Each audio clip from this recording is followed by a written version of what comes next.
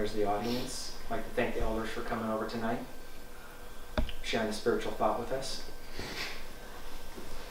providing service. All right. On January 10th, 2010, at 11:30 in the evening, a structure fire was reported in Modesto Fire Department in the city of Modesto on Costin Avenue.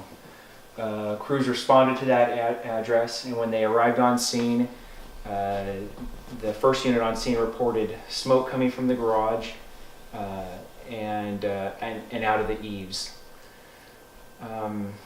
It appeared that there was a fire in the garage of a residence.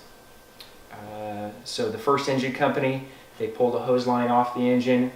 They entered the structure, going inside, stopping at the door that separates the garage from the interior of the residence.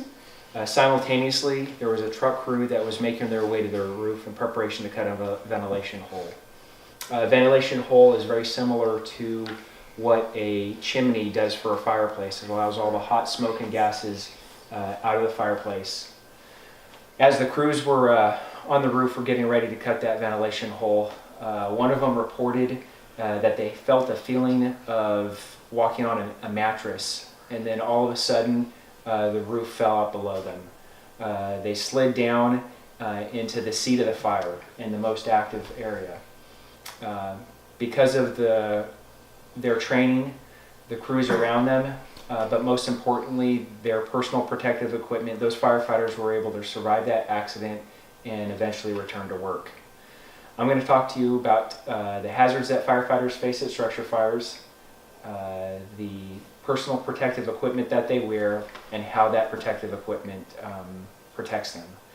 I've been with Modesto Fire Department and in this fire service for about 17 years. I've had to wear personal protective equipment to help me, and I've seen how it's benefited me and protected me while I've been in a structure. So I'm going to start by telling you about I've already talked to you about the hazards that firefighters face. I'm going to tell you about the personal protective equipment that they wear, and I will conclude by telling you about how that equipment protects them. The most obvious hazard that firefighters face is the fire itself.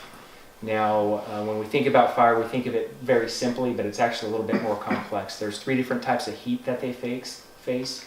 There's convection, conduction, and radiation. Convection being the hot air that rises over a fire. Something very similar to that would be if you take your hand and put it over a burner. The heat that you feel rising, that is convective heat. The next one is conductive heat, or heat that is transferred through objects. You feel that if you take a hot pan, or if you take a pan, put it on that burner, and then you feel the heat in the handle. That's conductive heat. The next type of heat that they face is radiated heat. And radiated heat is very similar to the heat that you feel when you're standing out in the sun, or if you're in front of a fireplace or in front of a fire. You feel that heat that's coming off of you. The next hazard that the firefighters face is the smoke.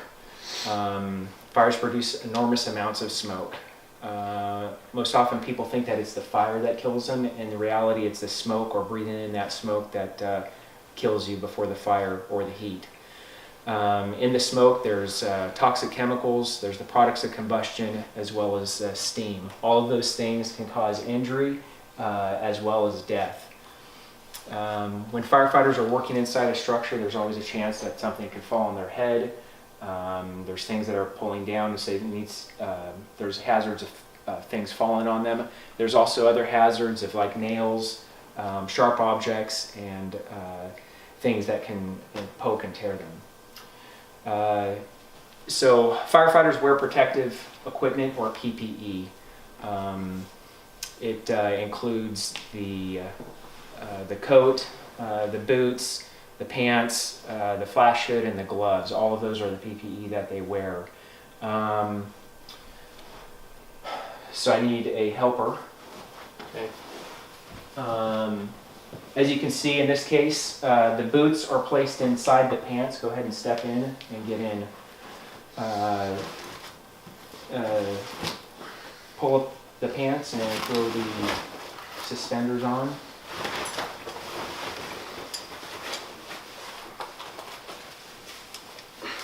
and there's some Velcro in the front. Close that up, then take this hood and put it over your head. That's a flash hood, protects the head. The next thing is the coat.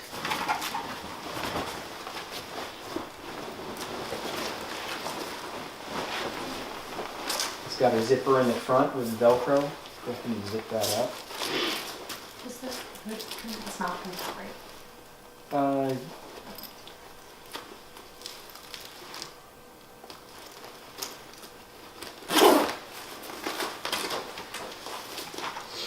Next thing that goes on is the helmet.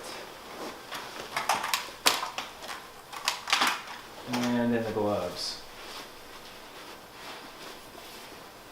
The one object that we don't have here tonight is a self-contained breathing apparatus, and that would go on the back. It contains compressed air and also has a face piece that goes on, and that protects the airway. So this is all the equipment that we'd wear going into a structure. I'm going to talk to you a little bit about some of the components of it and how it protects us. Now, a common misconception about firefighters' PPE is that it's fireproof. Nothing's fireproof. Doesn't matter what it is, if you get it hot enough, anything will burn. So there's different aspects of the PPE, and they're all, everything on here has 3 different layers.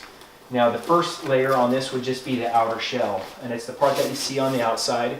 It protects from direct flame contact, it protects against abrasion, and is tear resistant. And that would be the outer shell. The next thing on here would be a moisture barrier, and that's found on the inside, and it's actually this layer right here. It's a moisture barrier. It protects from steam, from common liquids. It's breathable, meaning that moisture on the inside can get out, but moisture on the outside shouldn't get in. The next area is the thermal area, or the thermal barrier, and that provides protection from ambient heat, but most importantly, it creates an air gap in between everything. And it's that air gap that goes a long way to protect the firefighter from injury. We've got the boots down below. The boots are made of leather. On the tips, there's a steel toe to prevent against damage to the toes, as well as a steel shank from sharp nails that come up from the bottom. And that as well has different layers. Up on his head is the flash hood. This is something that's real important. It protects the head from the heat and the other hazards that are associated or that can be found inside a structure. The self-contained breathing apparatus, which is worn on the back like a backpack. It has a face piece that goes on the face, and that protects the firefighters. It gives us air to breathe, clean, cool air to breathe, and protects us from the products of combustion. Typically that SCBA is good for about 30 minutes, but it all depends on how hard they're working. So the next thing would be the firefighter's helmet.